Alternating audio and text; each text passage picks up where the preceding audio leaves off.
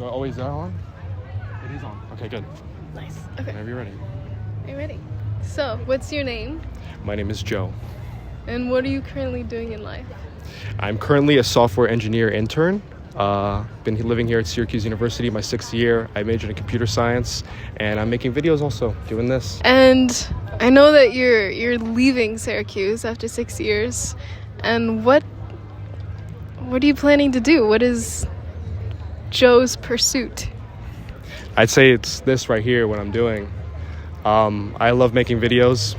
I love giving advice and trying to create something that transfers energy of inspiration through giving advice, through showing how to live a good life, how to live an authentic life.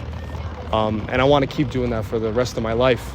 I love to help people, awaken to what is true in them, what is authentic to them. I've always felt drawn to that from a very early age, probably when I was like in high school or something like that. I've been making videos since I was 9, and I'm gonna keep doing this for the rest of my life. I already know that for certain.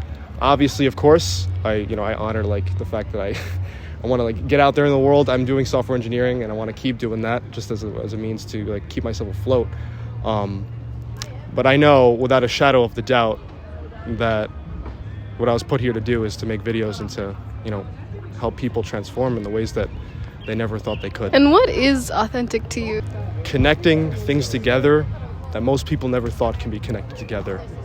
Breaking down the barriers of what is conventionally the roles that we're put into. Like this friend group is over here, this friend group's over here, and just the merging of those things, sharing wisdom and sharing ideas in a way most people don't really think about. I think that's just so cool to me.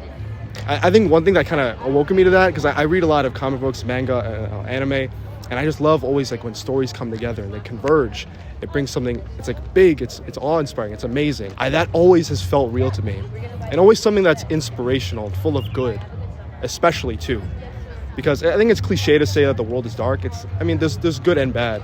But I think individuals who stand and speak through something that's real, that really connects, that's most universal to humans, that shit just, it brings me to tears, because it's just so amazing to see do that, because it's like going against the grain. It's the embodiment of courage. That stuff always, it rings true every single time and time again. And I just like, I love that more than anything. That makes me think of a book I'm currently reading called Welcoming the Unwelcome, and it's like her first message from her teacher. She's a Zen Buddhist, and it's like, begin with a broken heart and think about something that just makes you feel open to the joy or the suffering of humanity.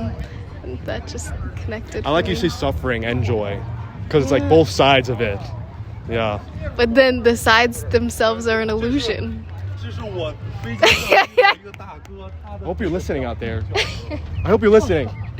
This is some real shit, bro. Indeed. Yeah. Wait, what's the Welcoming? Say the name of it again. Welcoming the Unwelcome by Pema Chodron.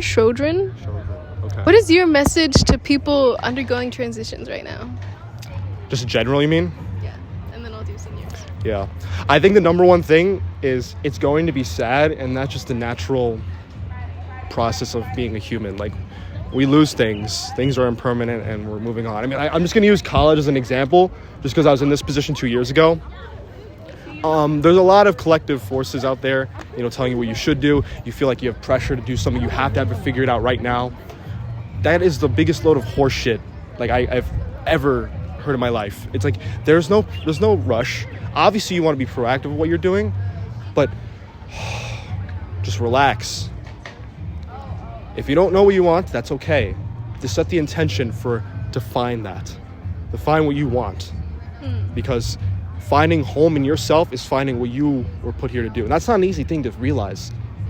It's sitting back and asking the question over and over. If you have to meditate on it, then meditate on it. Just sit on it, 45 minutes, 60 minutes, journal about it, whatever you do. Because otherwise, the collective is amazing. There's so many amazing people in this world. But the thing is, if you're ungrounded in what you're doing, you're kind of going with the flow, it's not really going to help you all that much, because ultimately what you want to do is enjoy what you're doing, enjoy what you're experiencing in this life. So making the intention to be grounded in yourself. I graduated from college 2022. out of that fear, I went into a master's program that was so misaligned for me. It wasn't what I wanted to do. It was a waste of time, waste of money. And thankfully, I'm so lucky that I ended up leaving it. That was scary to do too, for the same reasons that I described, like just now, like the collective forces, you know, like feeling the pressure I figured out. It's all an illusion. Again, you don't want to act like, don't take like survival function for granted. Like obviously you have to take care of yourself. You think you can make money. If you want to have a love life, then go out and find that. But just take it one step at a time. When you're centered in what you're doing, you can give less of a shit at what others are doing. And then you get it, you're in that, and then you have the intention to give through that. You give your gifts, and then that's home for you. And it affects you less and less. It's not an easy feat, but it can be done. So find the middle way between, you know, relaxing what you're doing and then very soft intention. Just figure it out. You're going to figure it out. Just keep at it every single day. That's what I'd say. Yeah. It's a really powerful message. And piggybacking onto that, what is your message to all your friends that are graduating? I'm so grateful to have met you all. Each and every person that I've ever met, including you, Maya. I wouldn't have met you if I didn't do the master's program. And so, I mean, like, you're not graduating, but like, I'm so like thankful for you and everyone in like my meditation club and SIGRO, my fraternity. They all reflect back to me a piece of myself I never knew existed. And every single person. And I tell you to go out there with courage to own your light because the world desperately needs it. With whatever it is that you want to do.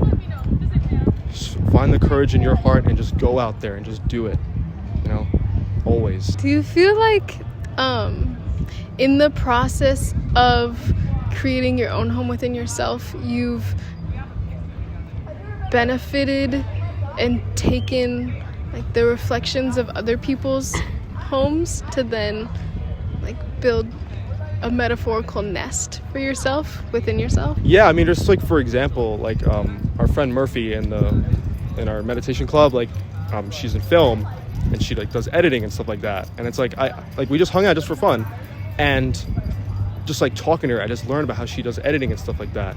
And it just reflects back to me. For example, like I don't really know a lot, and she like about editing. I didn't do that as my major, and I see that she does it. And it's like that's her home. That's her niche, and it just reflects back to me. Oh, what I could do with this? How what I can learn? I'm just asking her questions about that, or even like, for example, like my fraternity, like like that group is more social. It's Greek life, and I grew up very introverted. I had social anxiety. I said in my other videos, I'm very shy, and like they inspire me to just bring out my like who I truly am. Just being comfortable being around other people, enjoying socializing with people, enjoying being out in the world.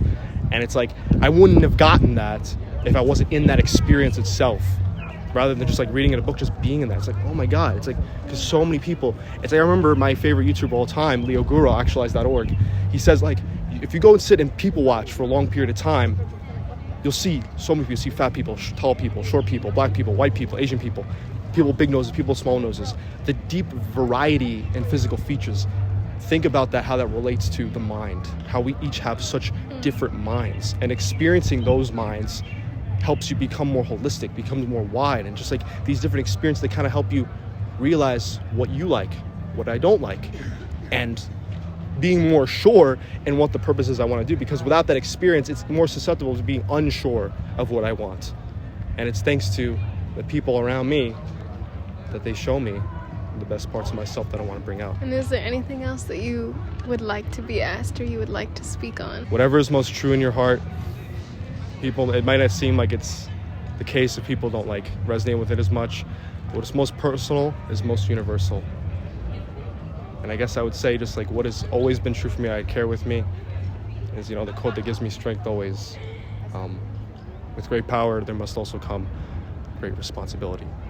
So take it however you want to interpret it, but you know, whatever gives you the most strength in the times of distress and despair, it can never leave you, and your heart can never ever leave you.